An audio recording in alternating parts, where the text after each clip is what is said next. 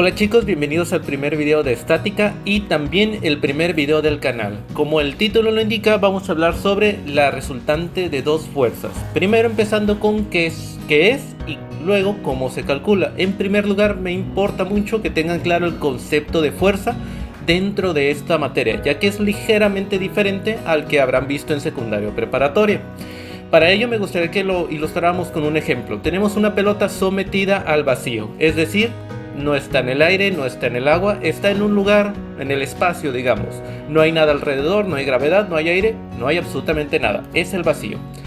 Esta pelota va a recibir una fuerza en la dirección que indica la imagen. Está representada con una flecha roja. Si vislumbramos este ejemplo, se van a dar cuenta que la pelota saldrá en una trayectoria o en una dirección igual a esa fuerza, como se ve en la flecha verde. Ahora intentemos cambiar un poquito la situación. Imagínense que la fuerza que imprimimos, es decir, la fuerza que utilizamos, es más grande. Por lógica, aumentará también la trayectoria de la pelota o su velocidad. Ahora cambiémoslo de lugar. ¿Qué ocurre si esa fuerza está en otro lado? También cambiaría la dirección.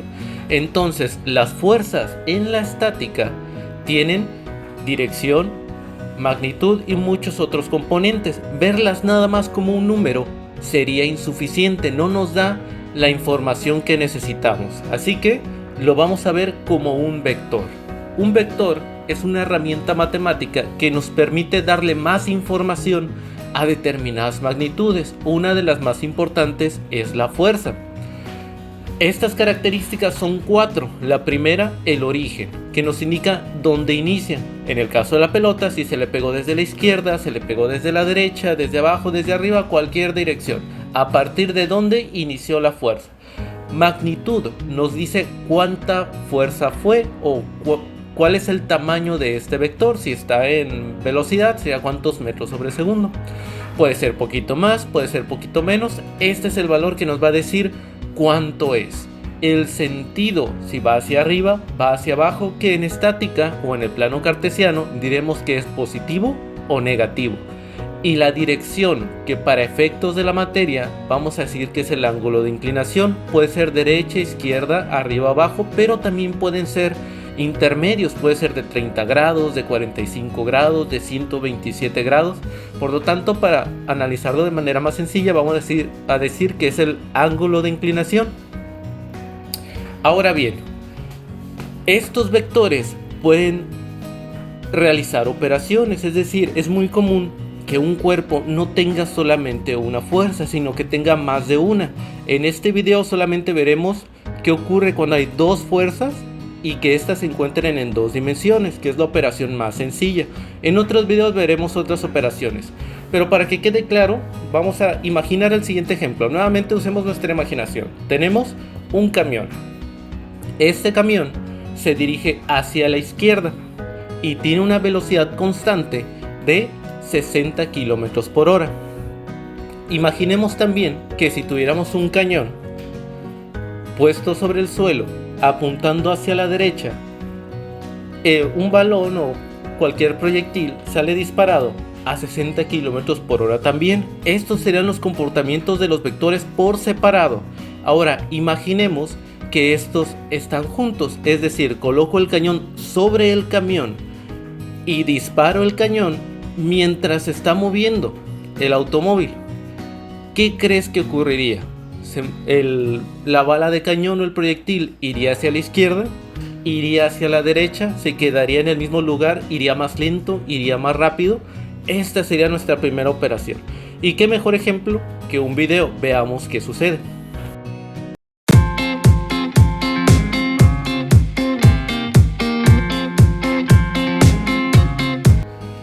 Impresionante, ¿cierto? ¿Te esperabas ese resultado? Probablemente sí. Te preguntarás por qué sucedió. Bueno, en la teoría de los vectores nos dice que si dos vectores se encuentran en direcciones opuestas, como en nuestro caso, la camioneta iba hacia la izquierda, el cañón hacia la derecha, la operación a realizar es una resta. Como ambos vectores eran iguales, 60 y 60, al restarlos, el resultado es 0. Por lo tanto, la resultante es 0. No va ni hacia la izquierda ni hacia la derecha. ¿Qué hubiera ocurrido si fuesen en la misma dirección? En ese caso se realiza una suma de vectores. Simplemente hubiera sido 60 más 60. Si ambos iban hacia la derecha, la resultante serían 120 hacia la derecha, es decir, iría más rápido. Si ambas hubiesen ido hacia la izquierda, serían 120 hacia la izquierda. Sencillo, ¿cierto? Sin embargo, la realidad no es tan sencilla. En el ejemplo pasado vimos qué ocurre si van ambos hacia la izquierda o ambos hacia la derecha. No siempre es así. Puede suceder que uno vaya 30 grados hacia la derecha, que otro vaya 35 grados hacia la izquierda y otras direcciones aún más complejas. Por ende, la suma de vectores no se resume nada más a sumar dos cantidades, es un poco más difícil. Para eso imaginemos el siguiente ejemplo. Nuevamente retomamos el balón, nuevamente está en el vacío, solamente que ahora en vez de una serán dos fuerzas. Primero una fuerza A, oblicua hacia la derecha, y una fuerza B, oblicua hacia la izquierda. ¿Qué ocurrirá en este caso? Veamos.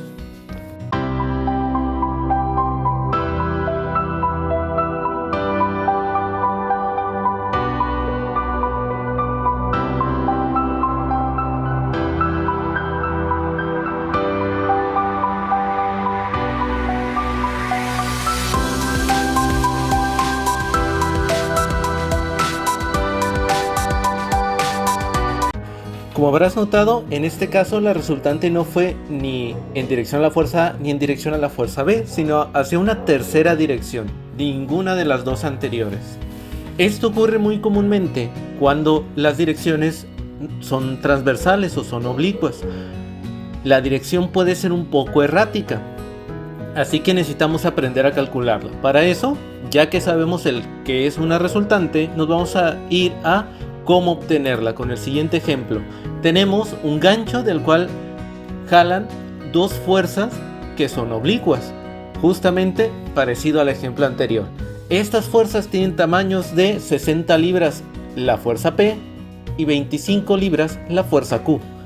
Como podrás observar, ambas tienen grados diferentes y van en direcciones diferentes. Por ende, la resultante va a ser un poco complicada de obtener, pero no te preocupes, en este video veremos cómo obtenerla en 3 pasos. Dibujar un diagrama de cuerpo libre nos permite convertir un problema físico en un problema de geometría. Esto lo vuelve mucho más sencillo. En mi caso, solamente dibujé el cuadrante 4, pero si lo consideras necesario puedes dibujar todo el plano cartesiano. El procedimiento es el siguiente: iniciamos en el origen o punto 0,0.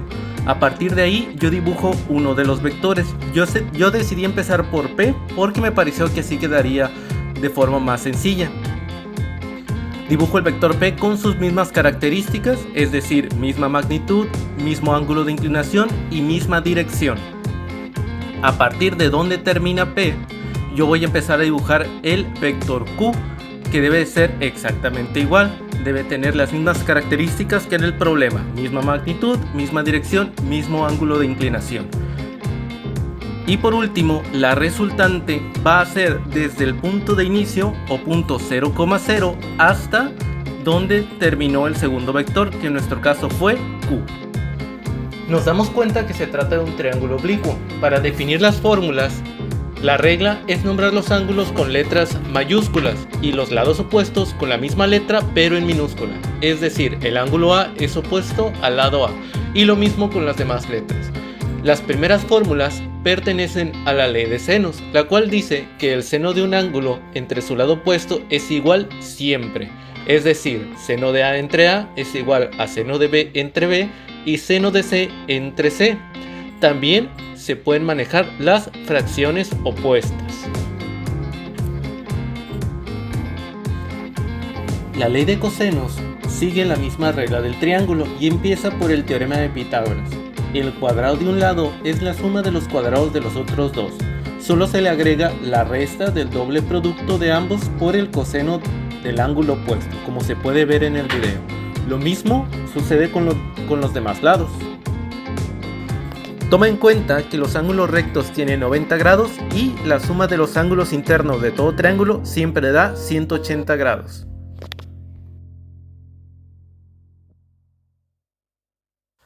Viendo que tenemos dos lados, necesitamos al menos un ángulo.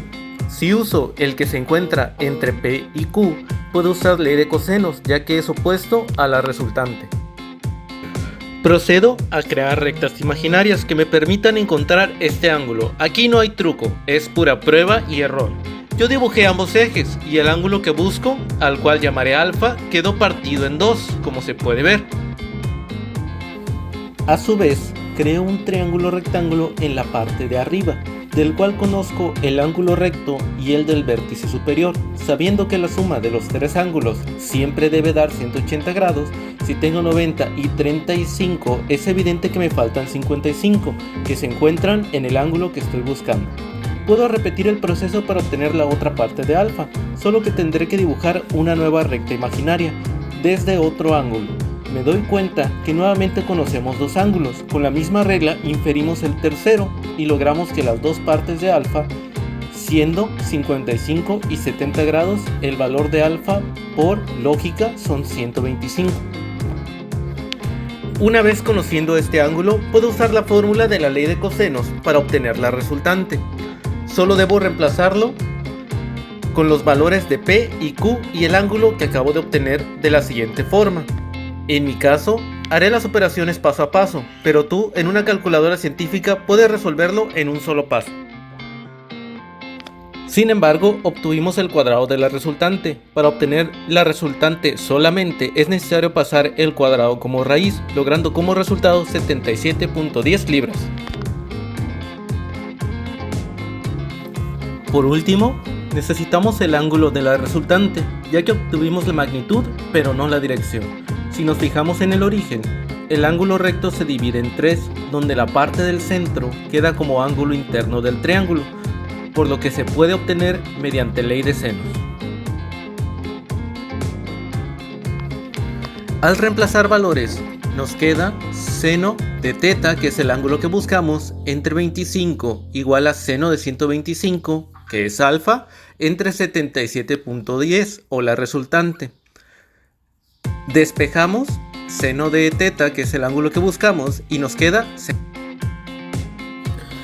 Sin embargo, el resultado que obtenemos es el seno del ángulo. Para obtener el ángulo que buscamos, hay que aplicar el arcoseno o seno inverso del número que obtuvimos. Al hacerlo, el resultado es 15.4 grados. Si regresamos a la figura, nos damos cuenta que es solo una parte del ángulo de la resultante, pero la otra parte ya la conocíamos, la cual siempre ha sido 55 grados, por lo que el ángulo real de la resultante sería simplemente una suma entre estos dos valores. En otras palabras, serían 70.4 grados. Por ende, la resultante es 77.10 libras con 70 grados de inclinación en el cuadrante 4.